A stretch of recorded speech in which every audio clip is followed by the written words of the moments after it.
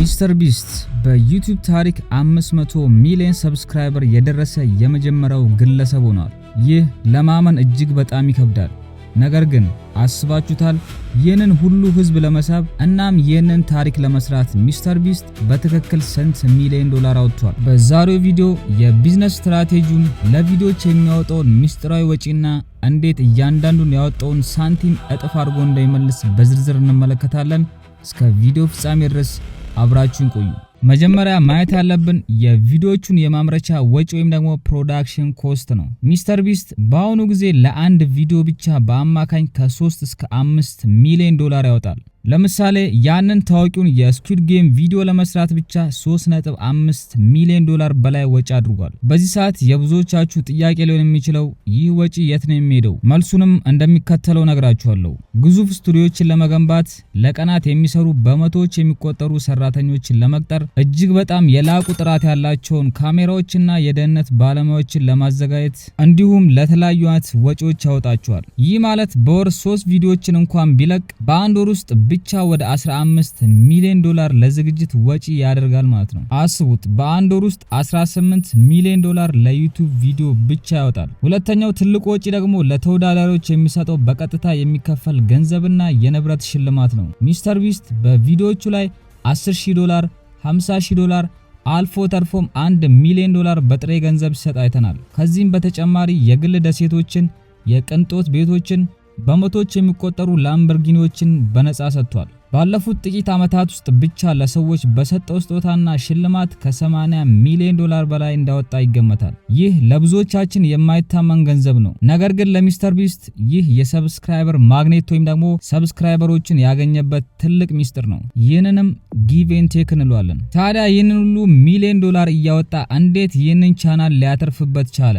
ኪሳራ ውስጥ የማይገባው ለምንድን ነው? ዋናው ሚስጥር አሁን ነግራችኋለሁ። ከዛ ፊት ግን ለዚህ ቻናል አዲስ ከሆናችሁ ሰብስክራይብ ማድረጋችሁን እንዳትረሱ። ሚስተር ቢስት እዚህ ቻናል ላይ እጅግ በጣም ታዋቂ የሆኑ የዓለማችን ድርጅቶች እሱን ስለሚፈልጉት የነሱ ምርቶች በቀላሉ ያስተዋውቅላችኋል። እንዲሁም ደግሞ ከዩቲዩብም ይህ ነው የማይባል ትልቅ ክፍያ ያገኛል። የዚህም የክፍያ ሚስጥር ነግራችኋለሁ። ሚስተር ቢስት 500 ሚሊዮን ሰብስክራይበር ለመድረስና እጅግ በጣም በሚሊዮን የሚቆጠሩ ገንዘቦችን ከዩቲዩብ ለማግኘት የተጠቀመበት ትልቁና ዘመናዊ ስትራቴጂ መልቲ ላንጉዌጅ ደቢንግ ወይም ቪዲዮቹን በየሀገሩ ቋንቋ መተርጎም ነው።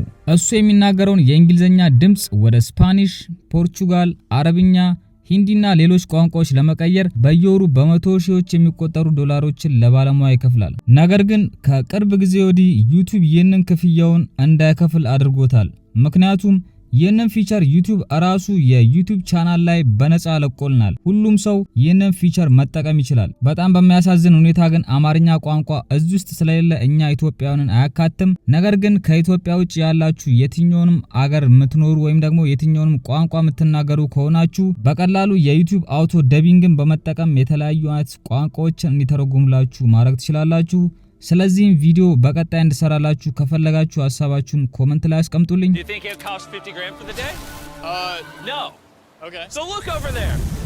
We're going to go on a submarine expedition. Oh my god. You guys ready to explore the floor of the ocean? Yeah. Okay. ሚስተር ቢስት ይህንን ስትራቴጂ ቀደም ብሎ ስለጀመረው እጅግ በጣም ብዙ ቪዎችና ብዙ ሰብስክራይበሮችን ከዓለም ዙሪያ እንዲያገኝ አድርጎታል። ምክንያቱም ከዚህ በፊት ሚስተር ቢስት በተለያዩ አይነት ቋንቋዎች የተለያዩ አይነት ቻናሎችን እየከፈተ እያስተረጎመ ቪዲዮችን ይለቅ ነበር። በዚህ ምክንያት ከተለያየ ዓለማት የተለያዩ አይነት ተመልካቾችን ቻናሉ ላይ መሳብ ችሏል። እንግዲህ ሁሉንም ወጪዎች ስንደምረው የቪዲዮ ዝግጅት፣ ሰራተኞች፣ ግዙፍ ሽልማቶችና የቋንቋ ትርጉሞችን ጨምሮ ሚስተር ቢስት ባለፉት ዓመታት 500 ሚሊዮን ሰብስክራይበር ለመድረስ ከ500 ሚሊዮን እስከ 700 ሚሊዮን ዶላር በላይ ወጪ አድርጓል ተብሎ ይገመታል። ይህ ማለት በአማካይ ለአንድ ሰብስክራይበር 1 ዶላር አካባቢ ያወጣል ማለት ነው። ነገር ግን በስፖንሰርሺፕ በራሱ የቸኮሌት ድርጅት ወይም ደግሞ ፊስተብል ተብሎ የሚታወቀው ቢዝነስና በዩቲዩብ ማስታወቂያ እጥፍ ድርብ አድርጎ እየመለሰ ይገኛል።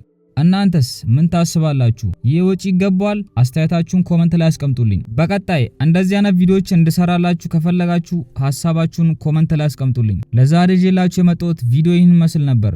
በሌላ በተመሳሳይ ቪዲዮ እስከምንገናኝ ድረስ ሃስታ ላ ቪስታ።